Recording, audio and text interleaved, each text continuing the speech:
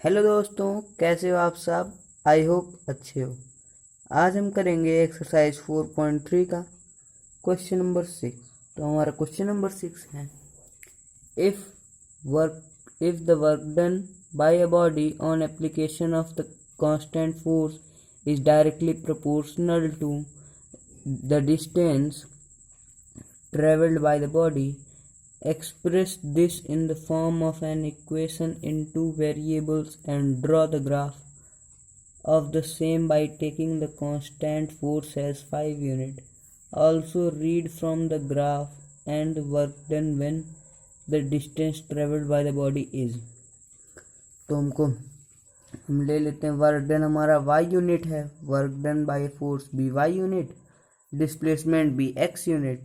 हमको constant force दे रखा है 5 यूनिट, तो वर्क डन होता है हमारा फोर्स इंटू डिस्प्लेसमेंट। तो work done y is equals to 5 into X units. तो आ गया हमारा वर्क डन आ गया 5x। तो हमारा सॉल्यूशन हो जाएगा 0,0 या तो 1,5। तो हमारा जो फर्स्ट पार्ट है 2 यूनिट में, तो अगर हम x की वैल्यू अगर 2 रख देंगे तो 2 और ये x की वैल्यू 2, तो हमारा वर्क डन आ जाएगा 2 इंटू 5 10 यूनिट्स, ये आ गया। अब सेकेंड पार्ट है 0 यूनिट्स का, तो यहाँ x की वैल्यू 0 रख दिए, 5 से मल्टीप्लाई करेंगे 0 आएगा तो 0 यूनिट हो गया। अब देखते हैं 7th question. Yamini and Fatima, two students of class 9th of a school, together contributed rupees 100 toward the Prime Minister Relief Fund to help the earthquake victims. Write a linear equation and which satisfy the data. You may take their contribution as rupees x and rupee y. Draw the graph of same. तुम ले लेते हैं let Yamini contribute rupee x and Fatima contribute rupee y। तो इन दोनों को हम plus करेंगे तो हमारा 100 आएगा, क्योंकि ये दोनों मिल के 100 रुपये दे रहे हैं। तो ये हो गया। तो हमारे y की वैल्यू आएगी 100 माइनस 6। तो हमारा सॉल्यूशन हो जाएगा 0,100 या तो 50,50। तो इसी को ग्राफ में पुट करके हम ग्राफ बना सकते हैं। अब हम करते हैं question number 8। In countries like USA and Canada, temperature is measured in Fahrenheit, whereas in countries like India, it is measured in Celsius. Here is a linear equation that converts Fahrenheit to Celsius. तो ये हमारी equation है, ये पहला part हमारा। Draw the graph of a linear equation above using Celsius of x axis and Fahrenheit of y axis। तो हमारा जो इसके लिए सॉल्यूशन होगा, तो ये हमारे जो ये 3 पार्ट हैं इसमें से हमको सॉल्यूशन हमको पता चल जाएगा। हम करते हैं सेकंड क्वेश्चन। सेकंड पार्ट इसका, if the temperature is 30 degree Celsius, what is the temperature in Fahrenheit. तो F is equals to 9/5 C plus 32 है। तो F की वैल्यू हमको नहीं दी है, C की वैल्यू दी है। 9/5 मल्टीप्लाइड बाई 30 डिग्री प्लस 32, तो ये हो गया 6।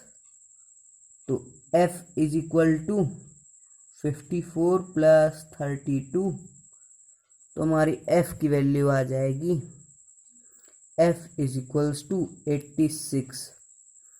तो ये हो गया। तो हमारा पहला सॉल्यूशन बन जाएगा 30,86, ये हो गया।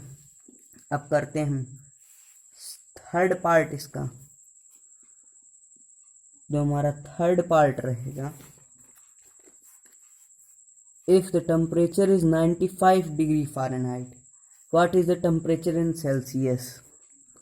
तो ये हो जाएगा 95 is equals to 9/5 C plus 32।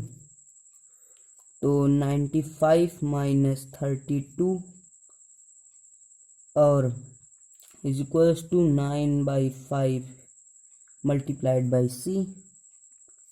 तो ये होगा 363 आ गया।